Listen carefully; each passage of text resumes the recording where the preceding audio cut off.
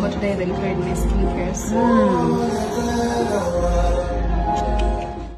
Shiba Kalungi atulaze omu ku bamukuba makeup ne bamunyiriza munnange ate okuzaama eside eno ate nga munnange Spice Dana naye mucekinzeko tukakasizza wali munnange ate brand oba product jakozesa munnange ate wali natemagana munnange wali enviiri okamulako obumazi eside eno era ng'olunaku olwaleero munnange ankutte ku bantu babiri Shiba Kalungi kosa ate ne Spice Dana bwenti munnange ate wemba cekinzeko eside eno era nga ngenda kubeera nga ntandika munnange ate ne Shiba Kalungi. Shiba Kalungi avudde wali n'atulaga nti nno oyo munnange ate makeup artist we era nga amukubidde munnange akaseera kaweerako ddala almost ndowooza myaka 10 nga gwakozesa ebifaananyi byonna byolaba ensangi zino kosa ate ne vidiyo ezisinga Shiba Kalungi nga ayaka kye bayita okwaka oyo nno mwana muwala munnange ate yamukuba makeup oyo nga bw'olabaawo nga wali ng'ali mu shining ate okamulako obumazi era nga bw'olaba munnange awo mu katambi gubadde muzigo omwerere. But today I've enjoyed my skincare.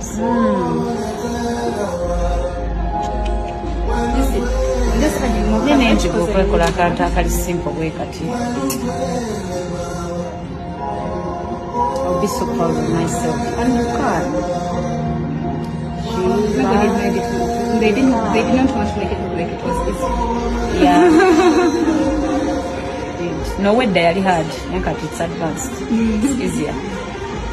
Edda omuntu bwakuvira ku face abanga akukanika abanga akubumba obuto. You're tired too. All days of the looks and everything. I'm just going to get a darker powder. Era nga akatambi ako nkakujjiddeyo wali ate ku mukutu munnange ate gwa TikTok ate katredinze nnyo abo munnange ba Mona Faces munnange ate bakikwasaganya ate ku mwana muwala ate Shiba Kalungi emyaka 10 weddu nga bamukuba makeup. Wow, it is so nice munnange ate side eyo kati munnange kankugiyeko awo ate nkutegeezeko nti no Spice Dana omukebeddeko wali naye agamba nti no darling nti no ye option ye munnange ate gyakozesa munnange ate side eno era tukakasiza wali n'agamba nti no darling ye gyakozesa munnange ate okusiba enviiri ze wali n'atemagana ate okuzaama muganda wange. Katusooke tulabe ate biriwa byabadde akakasa munnange ate side eno ate ndyoke nkomewo.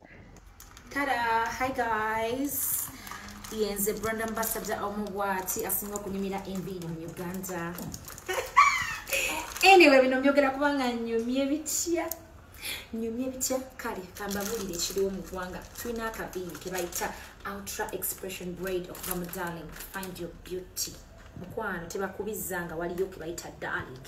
Kati akaviiri kano kenina ku mutwe bagiyita color bagiyita 350. Omusibi w'enviiri abakitegeera bwegenda omugambe njagala ka 350 abamu bakayita jinja. Naye njagala okutegeeza akaviiri kano kagira mu kala ez'enjawulo.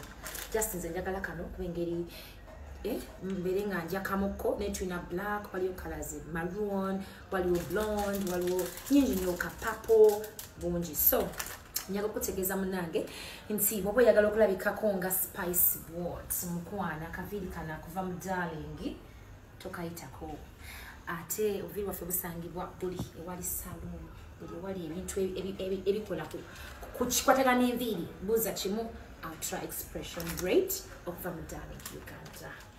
Bwekyo bwendase akaviiri bwekateekaddeyo mukyala munnange keyiweemu ebbeeyi nsaamusaamu nga bulijjo. naye nga bwekityo munnange ate bwekitambudde esaidi eyo ku Spice Dana ate bwenti bwe mucekinzeko naye bambi era nga ngenda kubeera nga nkomawo ate maaso eyo ne vidiyo endala kakasa nti nno osubscribinga vidiyo osobola ogimpa ya like